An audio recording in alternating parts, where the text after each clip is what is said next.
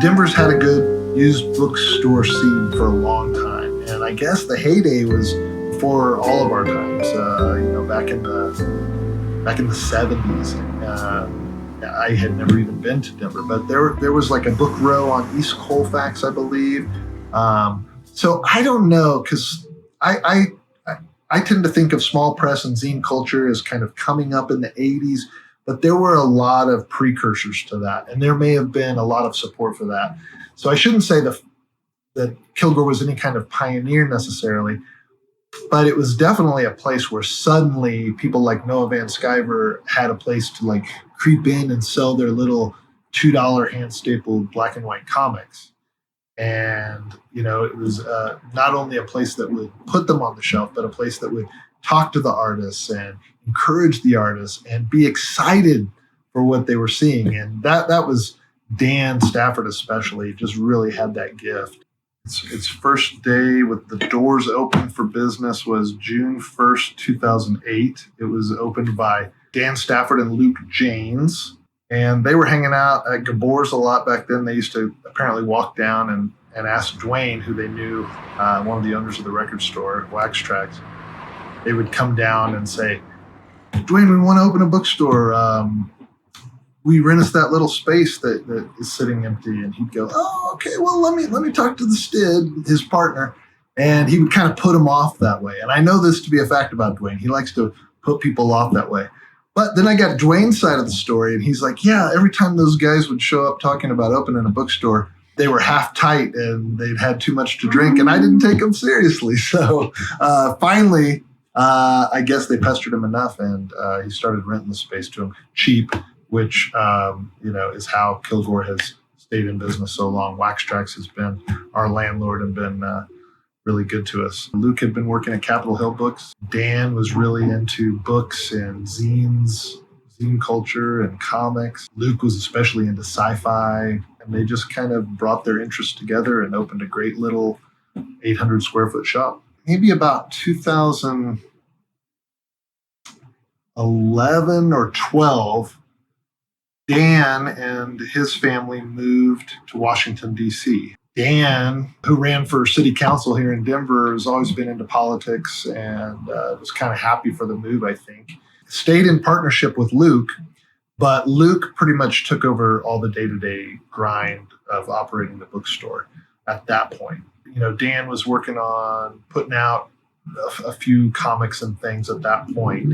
Kilgore had started publishing some comics, and so Dan was kind of keeping his fingers in that, but Luke was running the bookstore. It was 2015, and he said, hey, we are going to move at the end of the summer, and I'm wondering about you managing the bookstore for us. And I said, truth be told, I can't imagine that it could work out. I can't imagine you could pay me enough to manage the bookstore, and it would take up my time, and I'd just be working for some small salary, and it just sounds like a miserable existence. But I appreciate it. Hey, would you be interested in selling me the bookstore? And he seemed kind of excited by the idea. Talked to Dan about it, and they were agreeable. I had no idea what it would take to buy a bookstore, and I didn't have a whole lot of money. But they didn't ask for a whole lot of money, and I had to make sure Dwayne would rent to me still, because it would be useless to buy the place and then find out I couldn't stay here. So I had the same back and forth with Dwayne for a few months where he would say, oh, I got to talk to the Stid. And it was making me kind of crazy, but I finally, got him pinned down. He said yes, he would continue to rent. We came up with a price that seemed doable, and I borrowed some money from some friends, and Dan and Luke let me come up kind of short. So I took over halfway through 2015. Those first few months were the most glorious months that I've had at Kilgore. It was so great to come in and be like, man, I have a stake in this world now.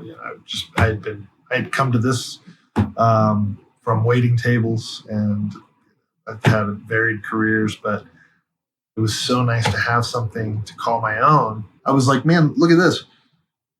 People just put money in this machine and it just shows up in my bank account.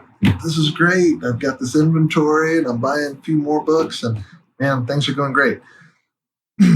But I really didn't know how to run a business. And to be honest, 10 years later, I haven't learned all that much more about running a business. I've learned a lot about books. It's just a lot of minutia to it, a lot to keep up with in terms of like spending and inventory and all those little boring things. And I'm not great at it, but I do love being a bookman.